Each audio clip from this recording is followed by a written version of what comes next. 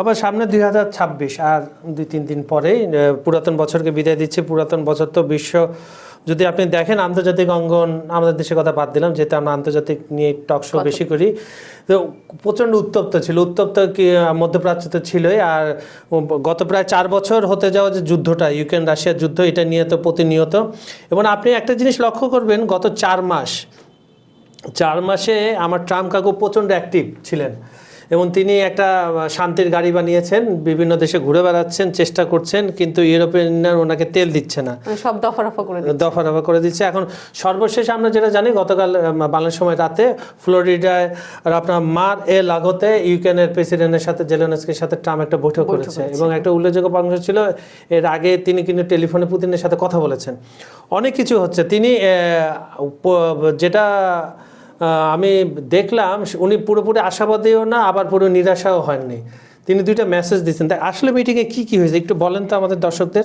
না, ওইটাই বললাম যে সারা বছরের যে উত্তেজনা, এটা একেবারে লাস্ট মোমেন্টে এসে টান উত্তেজনা চলে গেল। কারণ সারা বিশ্বের চোখ কিন্তু এখন এই বৈঠক, কারণ বৈঠক তো দফায় দফায়, যেটা বললাম একটু আগে, দফা হচ্ছে, বারে দফা হচ্ছে, বারে বৈঠক হচ্ছে। কিন্তু এবারের বৈঠকের কিন্তু ইতিবাচক বেশ কিছু লক্ষণ আমরা দেখতে পাচ্ছি। কিন্তু মানে আমার যেটা বলা হয় যে, আপনি যেমন সবসময় বলেন জেলেনস্কিকে নিয়ে, আমার মনে হচ্ছে জেলেনস্কির যুদ্ধ খেলার স্বাদ মিটে গেছে। এখন কিন্তু সে ঘুরে ঠিক জায়গাতে আসবার চেষ্টা করছে। কিন্তু সেখানেও যে বৈঠকের যে আপনি যেটা বললেন যে ট্রাম্পের কথায় কিছুটা নিরাশা কিছুটা আশা, আমি কিন্তু দেখছি বড় ধরনের একটা হুমকিও আছে। দেখেন, এটা এই যে বৈঠকটা হলো, বৈঠকের আগেও কিন্তু পুতিনের সাথে ট্রাম্পের একটা বৈঠক হয়েছে, বা এই শান্তি ইস্যুগুলো নিয়েই কথা হয়েছে। আবার বৈঠক হলো, ঠিক বৈঠকের আগ মুহূর্তে কি হলো আপনি দেখেন, পুতিন কিন্তু তার অবস্থান একদম পরিষ্কার করে দিল যে যদি আপোষে তারা যুদ্ধ না থামায়, তাহলে কিন্তু সামরিকভাবেই তারা এটা কিন্তু এই বার্তাটা কিন্তু আমার কাছে খুব ইঙ্গিতপূর্ণ একটা বার্তা মনে হচ্ছে। এবং দেখেন, বৈঠকের পরে, রুদ্ধদ্বার বৈঠকের পরে ট্রাম্প বের হয়ে এসে যে কথাগুলো বলছে যে যদি ইতিবাচক দিকে যায় তাহলে খুব দ্রুত থেমে যাবে, আর যদি এটা ইতিবাচক না হয় তাহলে কিন্তু বড় ধরনের একটা ইঙ্গিত দিয়েছে, বড় ধরনের অনেক সময় লাগতে পারে, বড় ধরনের হতাহত বা প্রাণনাশের বা বিধ্বস্ত তো আরো বাড়তে পারে, এরকম একটা ইঙ্গিত দিয়েছে। তার উনিও কিন্তু এখন সবকিছু আমার কাছে মনে হচ্ছে জেলেনস্কির উপর নির্ভর করছে। উনি যদি আপোষে না মানে, তাহলে আমার মনে হয় ট্রাম্পও আসলে তার ধৈর্যের জায়গাটা, জেলেনস্কি উনি সাংবাদিকদের বলেছেন যে 90% একমত হয়েছে সে 20 দফায়, কিন্তু 20 দফার সবচেয়ে বড় ক্লজ যেটা হচ্ছে দানবাস এলাকা। এটা তো পুতিন তো সরাসরি, আপনি মনে হচ্ছে ভারত সফরে সরাসরি বলেছে যে দানবাসের আমরা নিয়ন্ত্রণ ছাড়বেও তো না। আসলে দেখেন, আমরা যেটা দেখি, ইতিহাস যেটা বলে যে এই যে 1%, 2% বা এখানে যেটা বলছে 10%, এই 10%ই তো মূল কারণ। আপনি এতদিন ধরে আলোচনা করে এসে এক জায়গায় ঠেকেছেন কোন জায়গায়? ঠিক সেই রকম জায়গায় ঠেকেছেন যেটার আসলে খুব গুরুত্ব রয়েছে। তো সেক্ষেত্রে এই ডনবাসটা কিন্তু একটা গুরুত্বপূর্ণ ইস্যু, এবং এই জায়গায় ছাড় দিতে ইউরোপ বলেন, রাশিয়া বলেন, ইউক্রেন বলেন, দুই দেশই কিন্তু এই জায়গাটায় ছাড় দিতে গিয়ে শক্ত অবস্থানে। আসলে পুতিন তো বলেই দিয়েছে যে তুমি যদি আপোষে না মানো, আমার তো সামরিক সক্ষমতা আছে, তুমি যদি না ছাড়ো ডনবাস, তো তারা তো দেখতে পাচ্ছে অলরেডি তো 95%, হ্যাঁ না, অলরেডি তো রাশিয়ার তরফ থেকে বারে বলা হচ্ছে ডনবাস অনেকখানি তারা দখল করে নিয়েছে। যেটুকু আছে সেটুকু তো তারা ভাবতেই পারছে, তারা তো তাদের জায়গা থেকে শক্ত সামর্থ্য, তারা ভাবছে যে দখলে নিতে পারবে।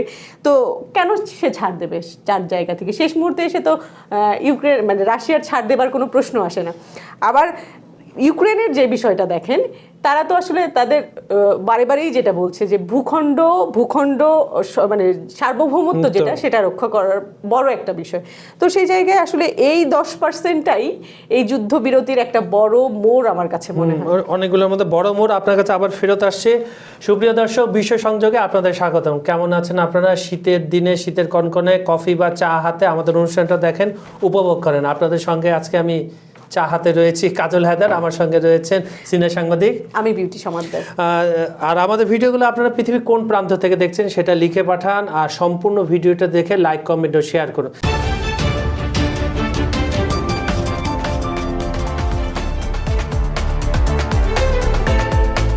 দ্বিতীয় যেটা বলছিলাম, আসলে এখানে একটা কথা ট্রাম্প কিন্তু খুব গুরুত্বপূর্ণ কথা বলেছে, যে পুতিন বলেছে যে যুদ্ধ বিরতি না, যুদ্ধ একেবারে শেষ করা যায়, এবং যুদ্ধ বিরতি হলে দেখা যায় যে আবার কিছুদিন পরে যুদ্ধ ও বিরতি লঙ্ঘন করে। আমরা অনেক ইতিহাস দেখেছি এ ধরনের। তা আর আপনার পুতিনের তো অনেক এক অর্থে অনেক সময় যেহেতু পুতিনের গলায় কথা বলে ট্রাম্প, এবং একটা বিষয় দুজনে এক, ইউরোপকে এখন কেউ আর দেখতে পাচ্ছে না। ট্রাম্পও খোলাখুলি বকাঝকা করে, আর পুতিন তো করে। এই যে দেখেন এই বৈঠকের যে দফাগুলো বা যে চুক্তিগুলো এটা কিন্তু মানে এই চুক্তিগুলো কিন্তু কিছুটা হলেও আশার আলো দেখাচ্ছে, কারণ এই চুক্তির মধ্যে বেশ কিছু জিনিস আছে। যেমন ধরেন যেটা বললেন যে যুদ্ধ পুরোপুরি থামার কথা বলেছে এখানে, পাশাপাশি নিরাপত্তার বিষয়গুলো আছে। এই নিরাপত্তাটা ট্রাম্প কিন্তু সে বলেছে শুধু এককভাবে না, এটা কিন্তু পুরো ইউরোপীয় কান্ট্রিগুলোকেও এর মধ্যে অন্তর্ভুক্ত করা হচ্ছে, সবাই মিলে চুক্তিটাকে করা হচ্ছে এবং সবার সম্মতিতে এই নিরাপত্তা। এবং ইউক্রেন যেটা বারে বারে বলছিল যে তাদের নিরাপত্তা ইস্যুটা কিন্তু এখন বড় হয়ে গেছে, যে তারা যদি নিরাপত্তার নিশ্চয়তাটা পায় তাহলে সেক্ষেত্রে নমনীয়তা দেখালো। ভূখণ্ডে যে ল্যান্ড সোয়াপিং এর যে কথাটা আসছে, কারণ হচ্ছে কি দেখেন একটা জিনিস তো হয়, পুতিনের কথার সবসময় তো আমরা দেখেছি যে উনি যে এক কথায় সবসময় থাকছে তা কিন্তু না। তার কারণে এই যুদ্ধবিরতি বিষয়টা কিন্তু মানে সবার কাছে বিশ্বাসযোগ্য হয় না, কারণ বলছে যুদ্ধবিরতি, তারপরে তো আবার মোড় ঘুরে যায়, আবার দেখে যায় যে সেখানে যেমন ধরেন আপনি এই যুদ্ধবিরতি আলোচনার মধ্যেও কিন্তু পুতিন প্রতিনিয়তই হামলা চলছে। যে গত পরশুদিনও যে বড় ধরনের একটা হামলা হয়েছে, এবং হামলার লক্ষ্যবস্তুগুলো দেখেন আপনি, হামলার লক্ষ্যবস্তুগুলো কি জ্বালানি এবং যে এনার্জি সেক্টর যেগুলো আছে, মানে কি শীতে মানে তোমার কোমর ভেঙে দেওয়া যেটাকে বলে, যে তুমি যাতে উঠে দাঁড়াতে না পারো, সেই টার্গেট নিচ্ছে। তার মানে কি এটা তো একটা দীর্ঘমেয়াদী একটা চিন্তা ভাবনা, তাই না? তো সেই জায়গা থেকে বলা যায় যে নিরাপত্তার নিশ্চয়তাটা একটা বড়, এবং জেলেনস্কি কিন্তু ওই জায়গাটাতে নমনীয় হয়েছে আমার কাছে মনে হয়। আচ্ছা, আমরা এর আগেও যদি আমাদের অতীত তো না, এবছরে আপনি যদি ঘাটাঘাটি করেন, প্রায় প্রতিটা বৈঠকে ট্রাম্প যে কথাটা বলেন সবাই আশাবাদী কিন্তু হয়ে যায়, ট্রাম্প নিরাশাবাদী খুব কম কথা বলেন। মাঝখানে একটা বৈঠক তিনি পুতিনের সাথে করেননি, তিনি বলে দিয়েছিলেন এই বৈঠক করে কোনো লাভ। কিন্তু এখন উনি বলছেন যে একটা কিছু মানে যুদ্ধ থামানো না, একটা পলিসি নিয়ে কথা হচ্ছে। তার মানে বোঝা যাচ্ছে যে যুদ্ধ থামানোর চেয়ে কোন পথে এগোলে এটা দীর্ঘস্থায়ী একটা যুদ্ধ থামানো যায় বা একেবারে শেষ করা যায়। আপনি যেটা বললেন নিরাপত্তা গ্যারান্টি তো এখানে অবশ্যই আছে।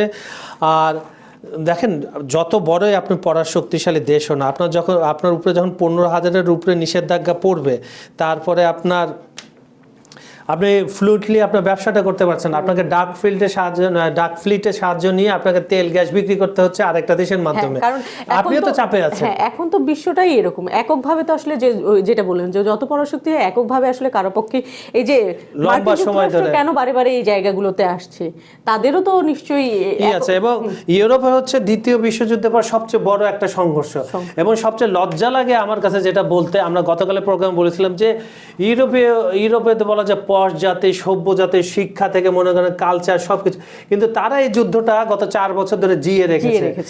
এখন তো ইউরোপের অবস্থা খারাপ, তাদের মুদ্রাস্ফীতি বাড়ছে, তাদের ঋণের বোঝা বাড়ছে, ইটালি বলেন, ফ্রান্স বলেন, এদের অবস্থা কিন্তু খারাপ, বেকারত্ব বাড়ছে, সব কিন্তু চাপ এই যুদ্ধের জন্য চাপটা বাড়ছে। সেটাই বলছি, এই যুদ্ধটা আসলে কারো জন্যই ভালো কিছু বয়ে আনছে যে তা না, কারণ ইউক্রেন যুদ্ধে তাদের জিডিপির একটা অংশ দিতে হচ্ছে। আর এই যে আমরা সবসময় যেটা বলি যে নিজের খেয়ে কেন বোনের মোষ তাড়াবো, আমরা সব দেশেরই যত উন্নত দেশই হোক সবারই কিন্তু নিজস্ব কিছু চাওয়া পাওয়া বা নিজস্ব কিছু পলিসি আছে, সেই পলিসির বাইরে গিয়ে যে বছরের পর বছর অন্য একটা রাষ্ট্রকে সাহায্য সহযোগিতা করা, এটা কিন্তু সবার জন্যই একটা। আচ্ছা, আপনার কাছে কি মনে হয় 2022-এর আগে যে রাশিয়া ছিল, বিশেষ করে সোভিয়েত ইউনিয়ন ভাঙার পরে, পুতিনের রাশিয়াকে ভুল প্রেডিক্ট করেছে ইউরোপ? কারণ তারা ভেবেছিল যে রাশিয়াকে তো আমরা সবাই মিলে ঘিরে ফেলবো, শেষ করে দেব। এই যুদ্ধটা কি প্রমাণ করছে যে আবার সেই সোভিয়েত ইউনিয়ন যুগে রাশিয়াকে ফিরিয়ে নিয়ে যাচ্ছে পুতিন? হ্যাঁ, দেখেন এই যে মানে লাস্ট যে বার্তাটা পুতিনের, উনি কিন্তু সামরিক পোশাক পরে এই বার্তাটা দিয়েছেন। এটা কিন্তু মানে শুধু বার্তা না, আমার কাছে মনে হচ্ছে এটা একটা ইঙ্গিতপূর্ণ বার্তা।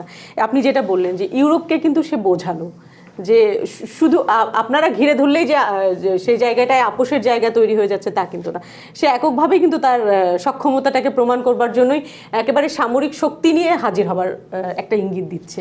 এবং বছরের পর বছর ধরে পশ্চিমাদের উপরে যে নিপীড়িত দেশগুলো কতটা আক্রোশ ছিল, এই রাশিয়ার পাশে আপনার চীন বলেন, ইরান বলেন, তুরস্ক বলেন, তারপর ভারত বলেন, এরা সবাই এসে দাঁড়িয়েছে। তবে একটা জিনিস ভালো হয়েছে যে একটু আগে যেটা বলেন, ইউরোপের যে পরাশক্তির যে মানে ক্ষমতা দেখানোর যে প্রভাবটা ছিল সেটা কিন্তু কিছুটা হলেও ভালোভাবে এই যুদ্ধের মাধ্যমে। আচ্ছা, আমরা একটু দর্শকদের কাছ থেকে ঘুরে আসি, তারপরে এই যুদ্ধটা শেষ করে আজকের মতো তারপরে আমরা একটু অন্য বিষয়ে চলে যাবো। সেটা হচ্ছে রাশিয়ার রকেটে ইরানের 3 স্যাটেলাইট। এটা সুপ্রিয় দর্শক, আপনাদের সেগমেন্টে আমরা চলে গেলাম। প্রথমে বলে দিচ্ছি যে আপনারা প্রচুর কমেন্ট করেন, কিন্তু আমাদের সময়টা এত অল্প থাকে যে আমরা সব কমেন্ট পড়তে পারি না, কিন্তু আমরা সব কমেন্ট দেখি এবং রিপ্লাই দেই। ভিজুয়ালি হয়তো 4-5 জনেরটা আমরা রিপ্লাই করছি, কিন্তু আমাদের যে টিমটা আছে সবাই কিন্তু রেসপন্স করে আপনাদের কমেন্টে, যে রিপ্লাই দেয়। আমাদের অনুষ্ঠানে আজকে প্রথম দর্শক উনি হচ্ছেন প্রবীর চক্রবর্তী। উনি লিখছেন, বিশ্বজিৎ দা এবং আপনার জুটির শ্রেষ্ঠ জুটি, সব টকশোর মধ্যে আমাদের দেশের প্রাণ। ওর চট্টগ্রামে আমাদের হয় কি, আমাদের কম বেশি সবাই, অনেকে বিশ্বজিৎকে আমি একটু বেশি পাই, এনারা একটু বেশি ব্যস্ত, ওনাদের কম পাই, সবাই ব্যস্ত। তারপরে মোটামুটি আমরা চেষ্টা করি তথ্যবহুল, হয়তোবা আমাদের উপস্থাপনা আমরা কথাবার্তা ফ্রাঙ্কলি হয়ে থাকে, কারণ আমরা দর্শকদের একদম ভালোভাবে কাছাকাছি যেতে চাই এবং আমরা চায়ের আড্ডার মতো, ক্যামেরার পাশে আপনারা বসে আছেন, এই পাশে আমরা, একদম যত সহজ ভাষায় বলা যায়। এবং আপনারাই বলেছেন এবং আমরাও এটা জোর দিয়ে বলতে পারি, অনেক মিডিয়া, পশ্চিমের অনেক মিডিয়া এবং আমাদের অনেক মিডিয়া যে কথাগুলো বলে না, আমরা কিন্তু সেই কথাগুলো বলি এবং তথ্য নিয়ে বলি, নিজ দায়িত্বে বলি। ধন্যবাদ আপনাকে। লিটন ঘোষ শাহপাড়া মাগুরা থেকে, উনি ট্রাম্প যত ইউক্রেনে 20 দফা বাস্তবায়নের লক্ষ্য নিয়ে একক পুতিনের জয় নিশ্চিত। আসলে পুতিনের উনি ভক্ত। ধন্যবাদ আপনাকে। আসলে আলটিমেট অধিকারী যাবে, আপনার যুদ্ধক্ষেত্রে যারই ক্ষমতা বেশি থাকে তার পক্ষে আসলে সবকিছু চলে আসে।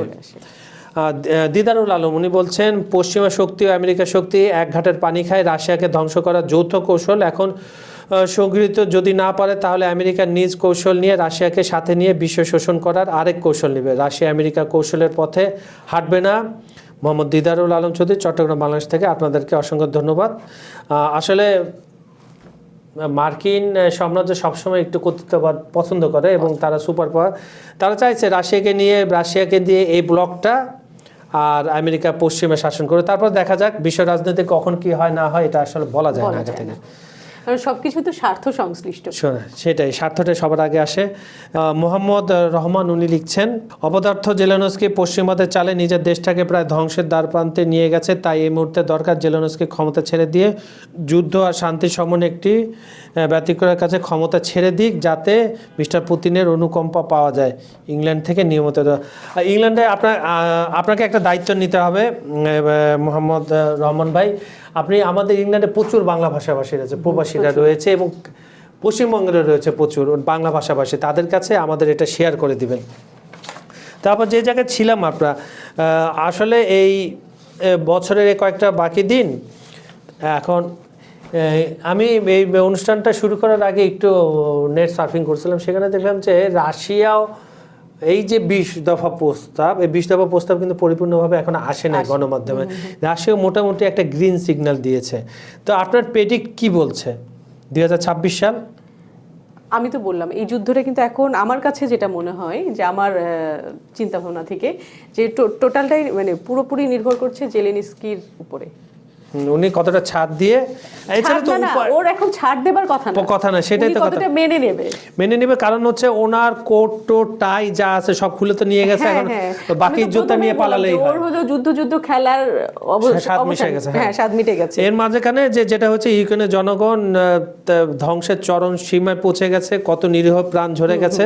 মানে এখন ও যত তাড়াতাড়ি বুঝবে তত তাড়াতাড়ি এর সমাধান হবে। কারণ ইউরোপ তো নিজেরাই, ইউরোপের মধ্যে আপনার মনে করেন ফ্রান্স, জার্মানি, ইংল্যান্ড, বিশেষ করে জার্মানি, ইংল্যান্ড উস্কানিদাতা জেলেনস্কিকে, কিন্তু জেলেনস্কি তো বোঝা দরকার। আচ্ছা, আরেকটা রিপোর্ট নিয়ে আজকের অনুষ্ঠানে শেষ করতে চাই, সেটা হচ্ছে রাশিয়ার রকেটে ইরানের 3 স্যাটেলাইট, মহাকাশে প্রযুক্তি না কৌশল। আমরা জানি যে ইরান আর রাশিয়া কৌশলগতভাবে বন্ধু, এবং ইরানের ড্রোন কিন্তু ব্যবহার করছে এই যে ইউক্রেন যুদ্ধে রাশিয়া, এবং রাশিয়া তাদের কাছ থেকে যেটাকে বলে আমরা কপিরাইট কিনে নিয়ে ওইভাবে তারা নিজের দেশে উৎপাদন করছে। আর এইটাকে কিভাবে দেখছেন যে রাশিয়া রকেটের 3 নভোচারী স্যাটেলাইট?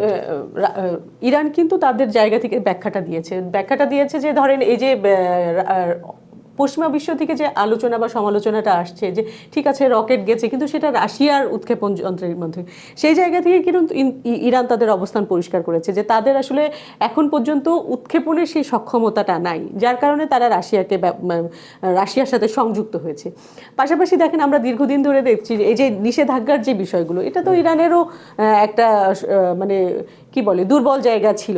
তো সেই জায়গা থেকে তো রাশিয়ার সাথে আপনি একটু আগে যেটা বললেন যে তারা তো বন্ধু, তো সেই জায়গা থেকেই কিন্তু এই বিষয়গুলো আসতে পারে।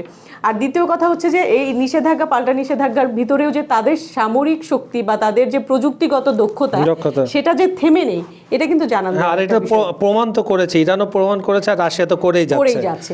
তো সেই জায়গা থেকে আর একটা বিষয় হচ্ছে যে জোটবদ্ধ হওয়া, যে অক্ষশক্তি, হ্যাঁ, সেই জায়গাগুলো তো পরিষ্কার করবে। এই জন্য আমার কাছে মনে হচ্ছে যে এই বিষয়গুলোর কারণেই এরকম হতে পারে যে রাশিয়াকে ব্যবহার করে, মানে রাশিয়ার উৎক্ষেপণ বিষয়টাকে ব্যবহার করা হচ্ছে। তো এটার আরও আসবে, যেহেতু এটার রিয়াকশন এখনো ইউরোপ বা পশ্চিমবঙ্গের কাছ থেকে আসেনি, আমরা এটা দেখার জন্য বসে আছি। সুপ্রিয় দর্শক, বিষয়ের সঙ্গে আজকের এই অনুষ্ঠানটা আপনাদের কেমন লাগলো আমাদেরকে কমেন্টে জানাবেন। আমাদের ভিডিওগুলো লাইক, কমেন্ট ও শেয়ার করবেন, কিন্তু পুরো ভিডিওটা দেখে। আর তারপর আপনারা পৃথিবীর কোন প্রান্তে দেখেছেন, আমেরিকা, ইউকে, জার্মান, মধ্যপ্রাচ্য, যেখান থেকে দেখেন না কেন, বাংলা ভাষাভাষীদের মাঝে এই অনুষ্ঠানটা ছড়িয়ে দিন। আর আমাদের এখানে আপনারা যদি কিছু জানতে চান অবশ্যই কমেন্টে লিখবেন, আমরা চেষ্টা করব সেই বিষয়ে আলাপ আলোচনা করার জন্য। আজ এখানে বিদায় নিচ্ছি, আপনারা সবাই সুস্থ থাকবেন, ভালো থাকবেন, ধন্যবাদ সবাইকে। ধন্যবাদ।